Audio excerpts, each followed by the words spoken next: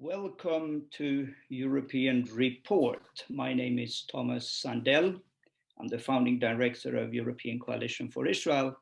And in today's program, we are going to discuss European-Israeli relations with the slightly provocative title, Friends or Foes. We expect this program to last for some 40 minutes. Let me say a special welcome to those who are joining us for the first time, and especially those with the Friends of Zion Museum in Jerusalem. Before we begin the program, let me start by expressing our condolences to all those who have lost dear ones during this last armed conflict. However, having said that, let us also make it clear that not both sides are equally responsible. We have on the one side the Israeli Defense Forces who are taking precaution to prevent civilian casualties. On the other hand, a terrorist organization, Hamas, which sadly continue to use civilians as human shields, which of course is a war crime and something that needs to be condemned in the strongest possible language. With these words, I want to say welcome to our two panelists, two ambassadors and two friends. One is familiar from before, Aharon Leshno-Yaar, Israeli ambassador to Brussels.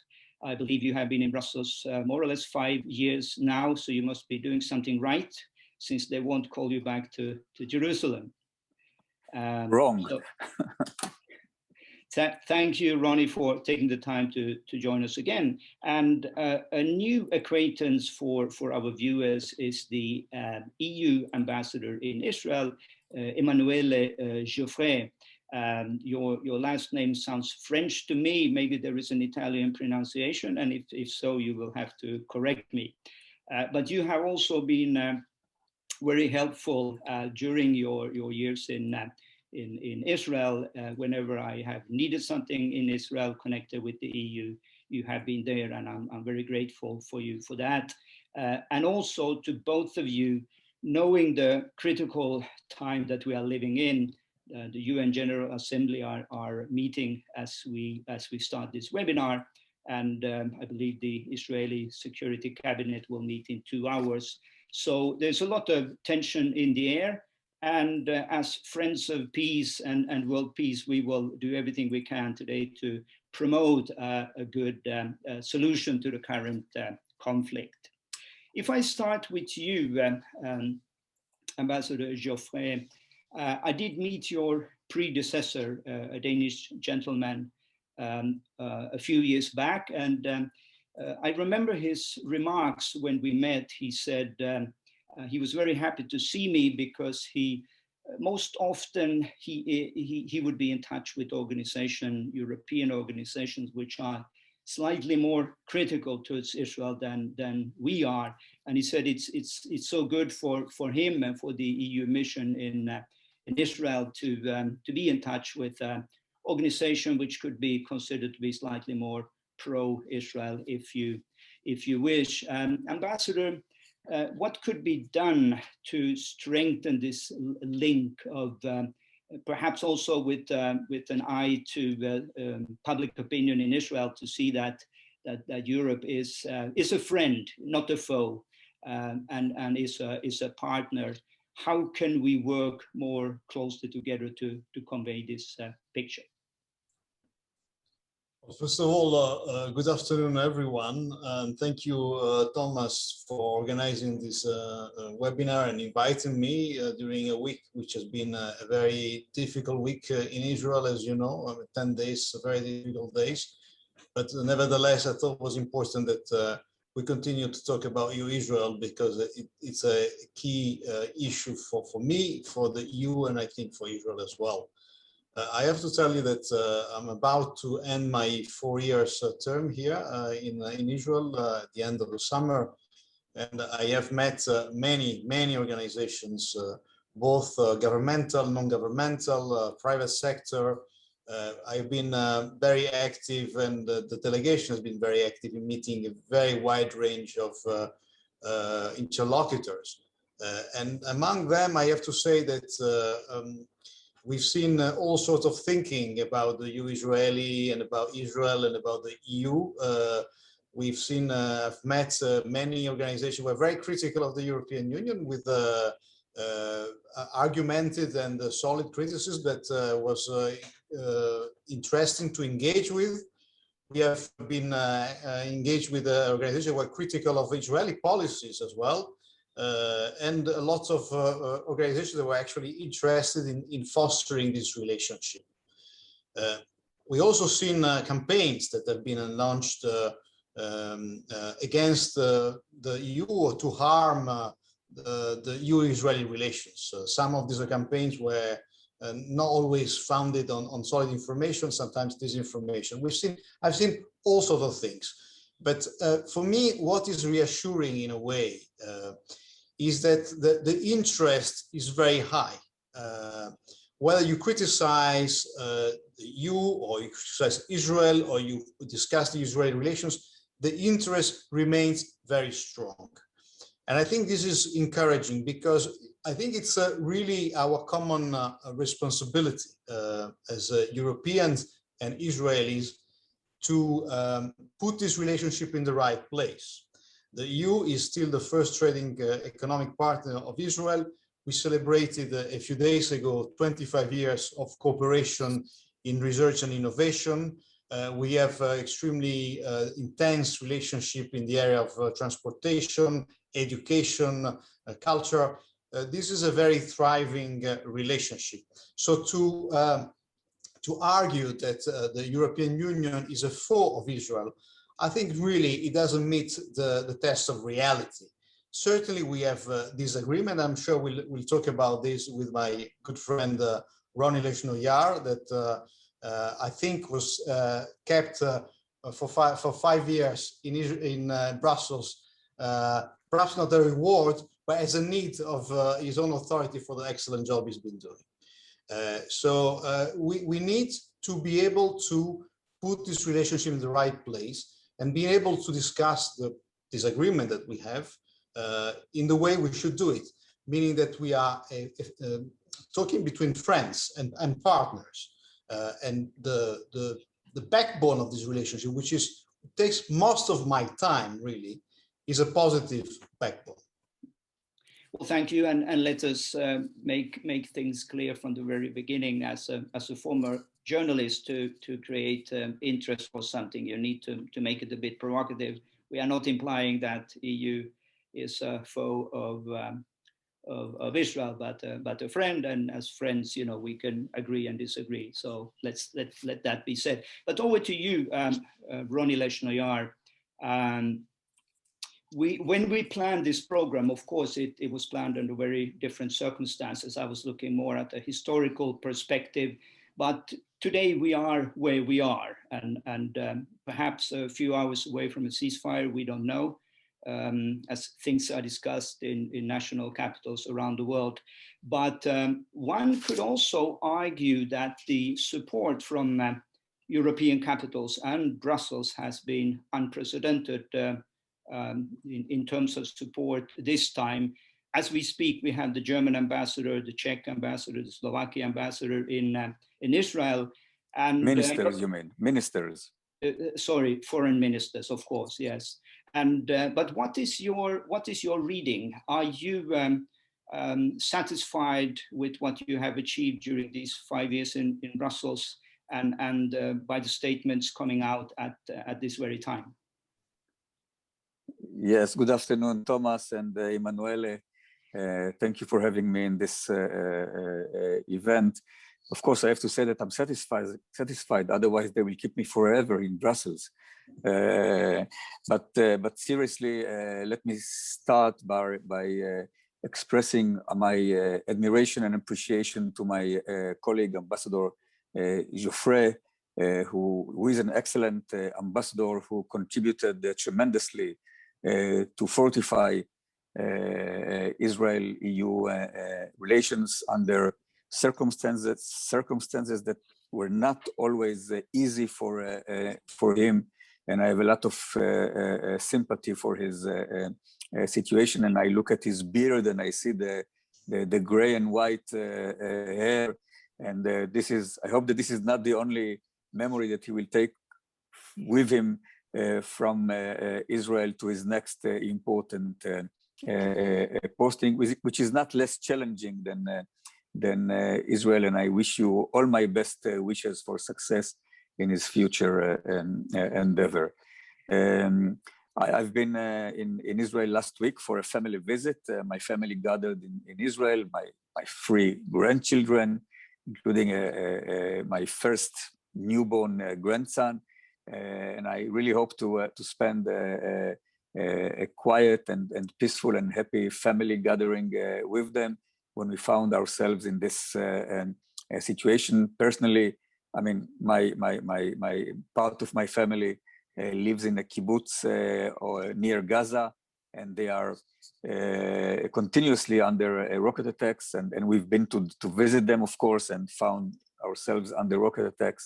And the second time, I was on my way to the airport to take a corona test before coming back to Brussels, because I had to cut short my visit and return immediately to Brussels.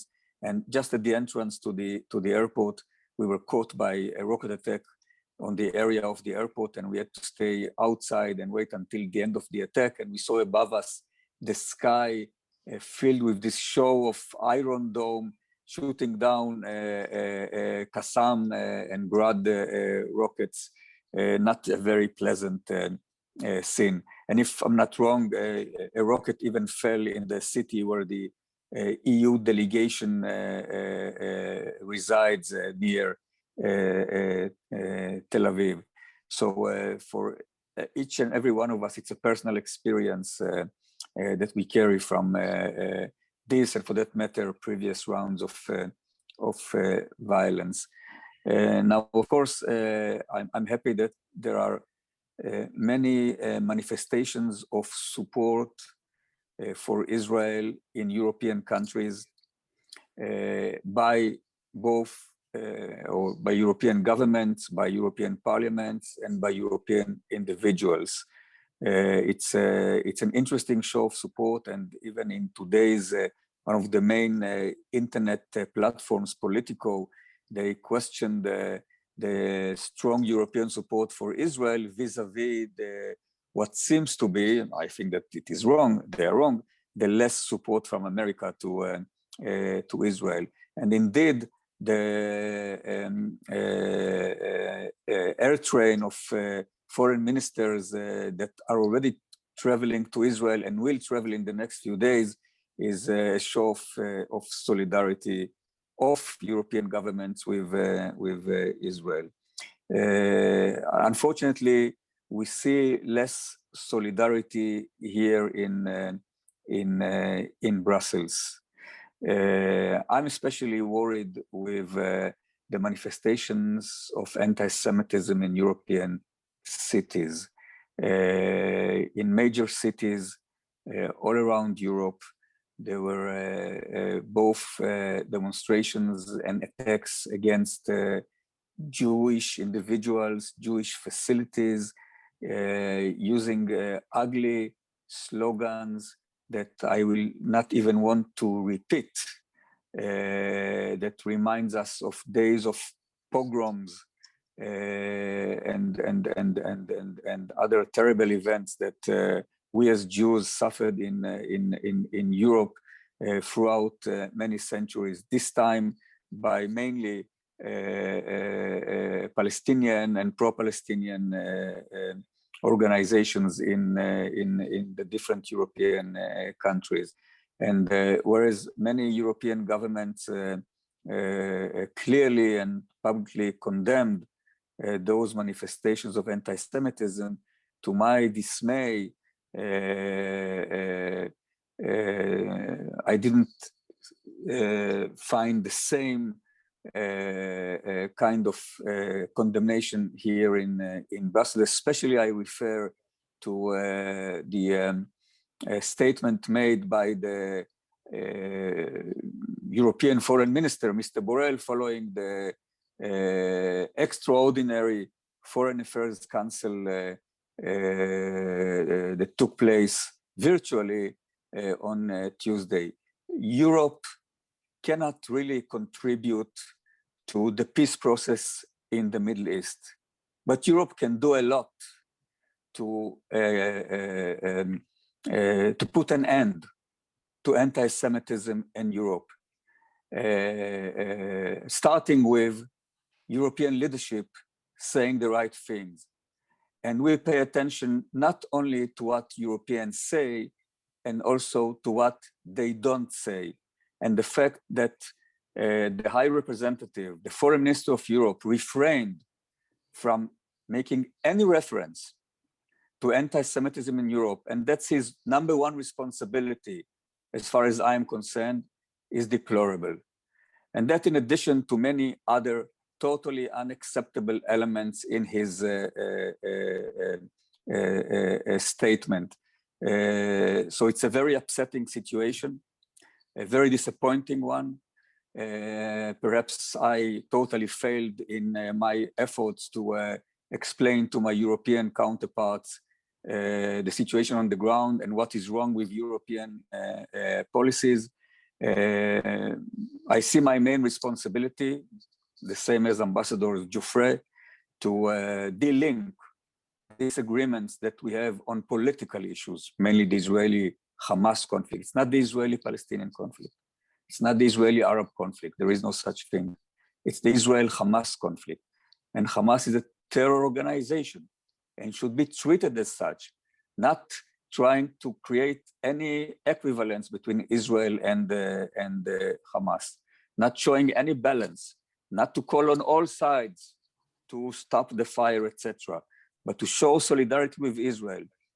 And so my job is to try to de-link between this disagreement and to continue to promote Israel-EU relations. And I agree with Ambassador Giaufret, the bilateral relationship, both between Israel and European institutions and between Israel and the 27 member states, are good and solid and productive and will continue to be such. Thank you. Can I rephrase, and obviously over to you, Ambassador Giaufret, but already at this point, I could bring in a question from one of the viewers, which I think could be relevant already here. Because as we know, there was no consensus. It was difficult to find a common EU position. But there is, when we look at the different statements, everyone are agreeing on one thing, and that is that Hamas is a terrorist organization. The rocket fire from Gaza should stop at once.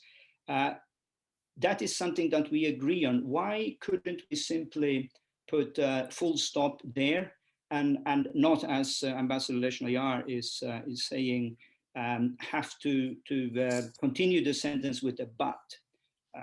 But I'll let you explain the EU position. Thank you very much. Well, let me start by saying that what is happening these days is certainly a tragedy because of the suffering that it's inflicting on many people. And I join you in extending my condolences to the Israelis that died in these days. Ambassador Leshno-Yaar was referring to a rocket that fell a few minutes from the delegation and killing one person that was in the streets. I've seen explosions on the sky above my own house, and we're sharing the experience of many Israelis by paying attention to the sirens and seeking shelter in the mamad.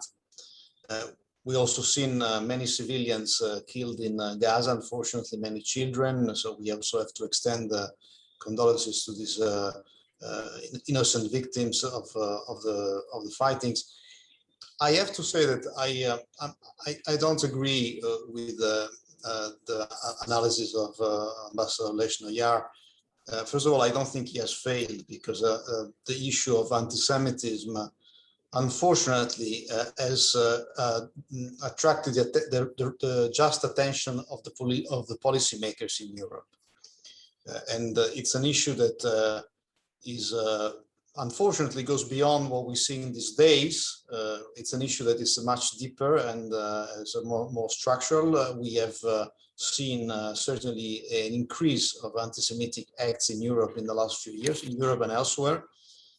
And all leaders of the European Union have been reacting, member states. So we have developed a response that hopefully will be able to tackle the problem.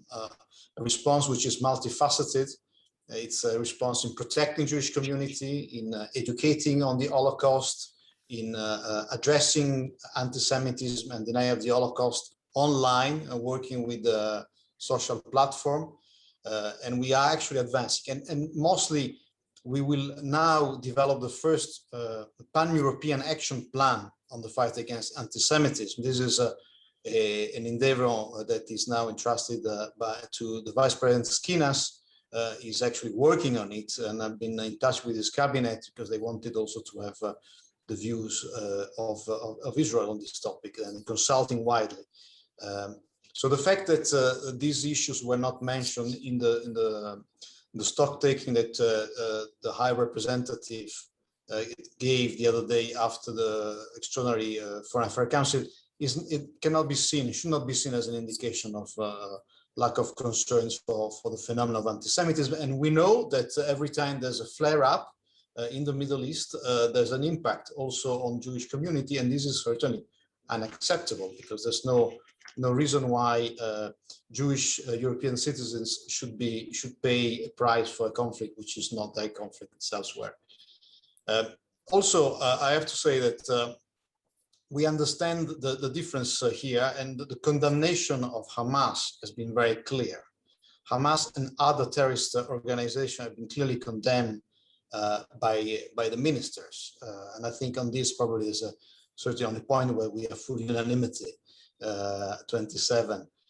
Also, obviously, this is a conflict that is creating a lot of suffering, as we say.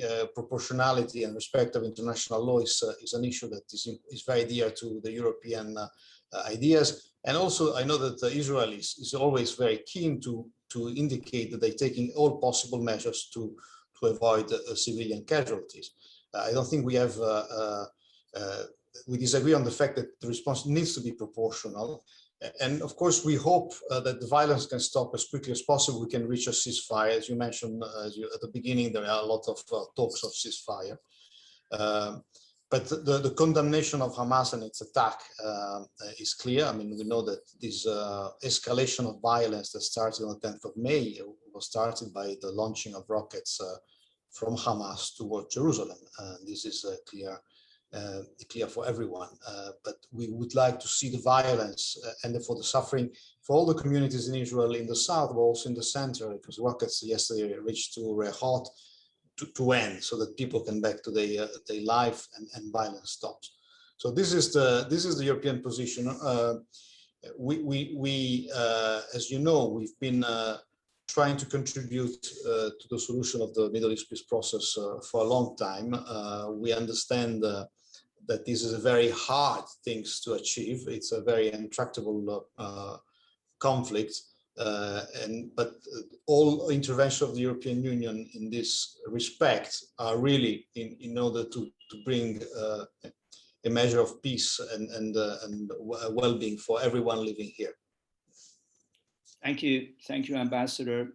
If I may bring in perhaps a slightly different dimension, let us be clear that as an organization, we work very closely together with the Commission when it comes to fighting anti-Semitism and working on the IRA definition, and we commend and applaud the European Commission for this work.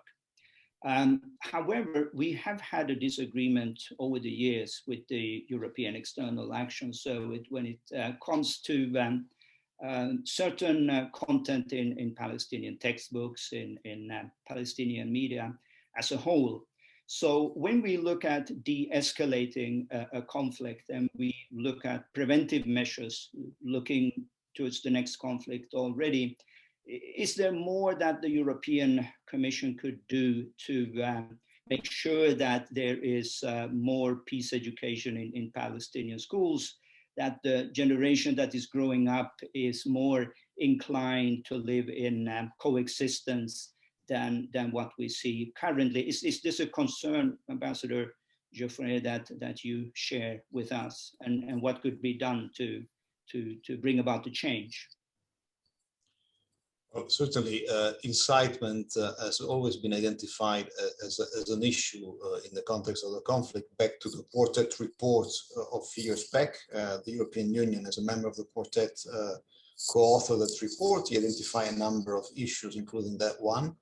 And certainly, we have a number of programs and projects that are there to promote peaceful coexistence between the two sides. The peace-building initiative try to fund activities that bring Palestinians and Israeli together, or to analyzes the possibility of a peaceful solution. For us, obviously, this conflict has to be addressed via negotiation, so that via peaceful means. This is a key, a fundamental aspect of our policy.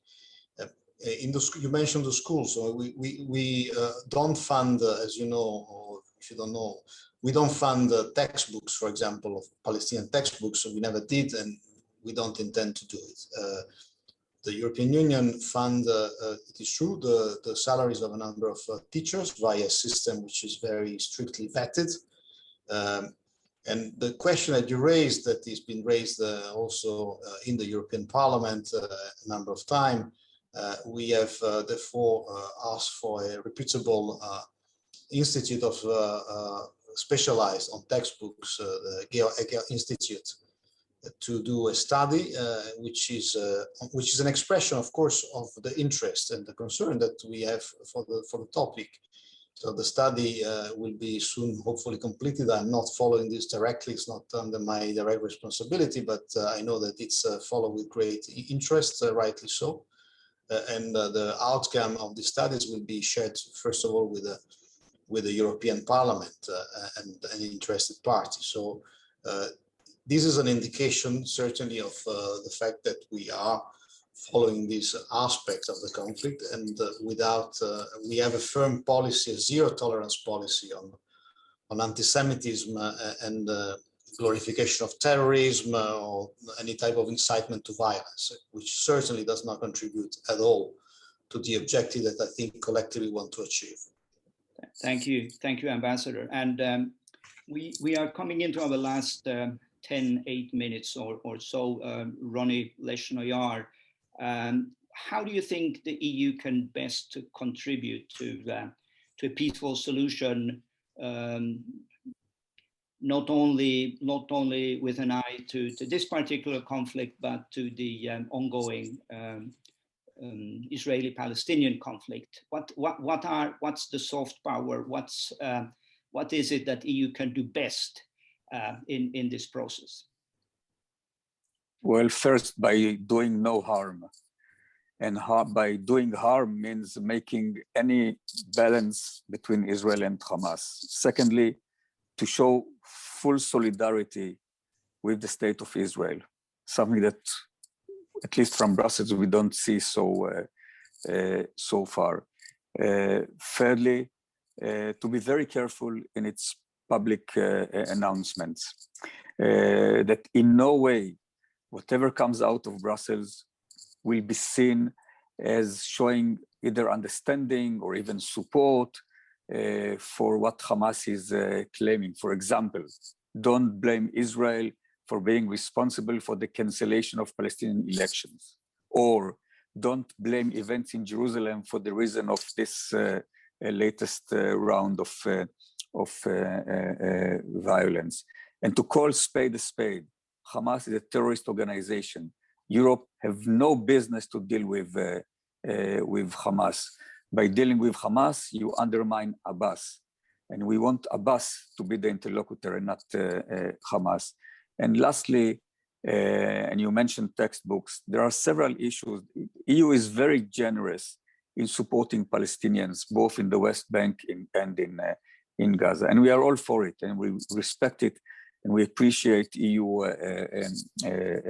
supporting Palestinian economy and institutions, but they have to follow each and every penny that they give Palestinians or the Palestinian Authority, starting from textbooks, through money that is given to NGOs, to make sure that no money given to NGO will find its way directly or indirectly to terrorist organizations, money that goes to UNRWA, that to guarantee that UNRWA behaves like a United Nations organization, not like a Palestinian NGO. And at the moment, they are more a Palestinian NGO than a United Nations organization. So that's, for a start, is something that we expect from the EU. Thank you, Ronnie. As we round down the program, let us a little bit shift the perspective and look back at the last 4 years. We have a new situation, of course, now with a new president in the White House, and the last 4 years were quite remarkable in many ways. Let's say it was unconventional diplomacy from the US side, but it was also rather successful. And I was very pleased last time we spoke with your colleague at the European External Action Service, your Italian colleague, I should say, that he also said that on this particular point, he was pleasantly surprised by the Abraham Accords and what had been achieved during these 4 years of the Trump administration. Let us use these last few minutes, both of you, to evaluate and say, well, what can we learn from this success? You know, what can we build on? And perhaps there were mistakes. What are the mistakes that we should prevent? Maybe we start with you, Ambassador Giaufret. Yes, first of all, let me say one word about Hamas, because I don't want to. I want to be clear on this, that for the European Union, Hamas is a terrorist organization. We have no contact policy with them, and we have no way, for example, now to intervene with them to stop the rockets, because we have no way, we have no contact with this organization. So obviously, we don't treat them like Israel. That's very clear. It's a totally different relationship. On your question, we had our own disagreement with some of the decisions that the Trump administration has made in the last 4 years. And we have, for example, taken a different view on his decision to move the embassy to Jerusalem, not because we don't understand the very deep connection of Jewish people with Jerusalem. This is something that we fully appreciate, but just because we think that this is a move that has to take place in a context of a solution of the conflict and in line with the International Security Council resolution. So we had our own disagreements. The question of the normalization of the relationship between Israel and a number of Arab countries, the Abraham Accords, certainly it's a very positive development. We acknowledge that this is a very important step that was taken bravely by a number of Arab countries, and we want to contribute to this. This is certainly changes the overall context in which Israel is advancing in the region. As European Union, we've tried through the Barcelona process to bring Israel in a regional context. I think there are pluses also in the Barcelona process. Israel can sit next to countries that have no relationship with it, so it's a way of assisting the normalization. But certainly that was the step that was taken by the UAE, by Morocco, and by Bahrain and by Sudan. These are very, very important topic, and we need to continue working on this. The Commissioner Borrelli, but also the High Representative, welcome this. Commissioner Borrelli is invited to look for concrete activities that in which the European Union can contribute to solidify and strengthen this relationship. So yes, this is certainly something that we want to continue to nurture, support, and build upon. Thank you so much, Ambassador. And Aharon Leshno-Yaar, you will get the last word. Thank you. I welcome the comments of Ambassador Giaufret. Hamas equals Muslim Brotherhood, and Muslim Brotherhood is a threat to all the governments and regimes in the Middle East, which are friends of Israel and friends of Europe. You don't want to see Muslim Brotherhood governments in countries in the Maghreb, or in the Levant in general. And this is why the Abraham Accords and the normalization agreements between Israel and Arab countries proved to be solid and resilient throughout this conflict. Yes, it's true that several of our new friends had to issue some public statements regarding the situation in Gaza, but all in all the ambassadors of the 5 or 6 Arab countries which has relations with Israel are still in Israel. All the Israeli ambassadors are in those Arab countries. The contacts continue, the intimate dialogue continue, trade and tourism continue, which tells us that there is a good base for the relationship. And Ambassador Giaufret was right. The EU has at its hand a good platform to support and solidify Israel's relations with Arab countries. And I hope that we can work together with the EU in order to upgrade relations between the existing Arab countries that we have relationship with, and invite more Arab countries to join this cycle of peace. Thank you so much also, Ambassador Leshno-Yaar, and thank you, viewers. As you have seen, the relations between Europe and Israel are warm, they are lively, but this is something that we want to build on also in the future. We appreciate both of you. Good luck, Ambassador Giaufret, in your next post. I don't know where that is yet, but we wish you all the well, and we're thinking of you and your colleagues, and we're thinking of the family of Ambassador Leshno-Yaar today and tonight, and we're praying for the peace of Jerusalem and hope that we can find a ceasefire very soon, but not only a ceasefire, that we can also move forward in greater coexistence and reconciliation in the region. So we all share these objectives, and it's a pleasure, both gentlemen, to work together with you, and I'm looking forward to continuing this journey. To our viewers, this is the European Report. This is European Coalition for Israel. You will be able to watch a new program again next month with new panelists and a new theme. In the meantime, we say shalom and see you again. Thank you.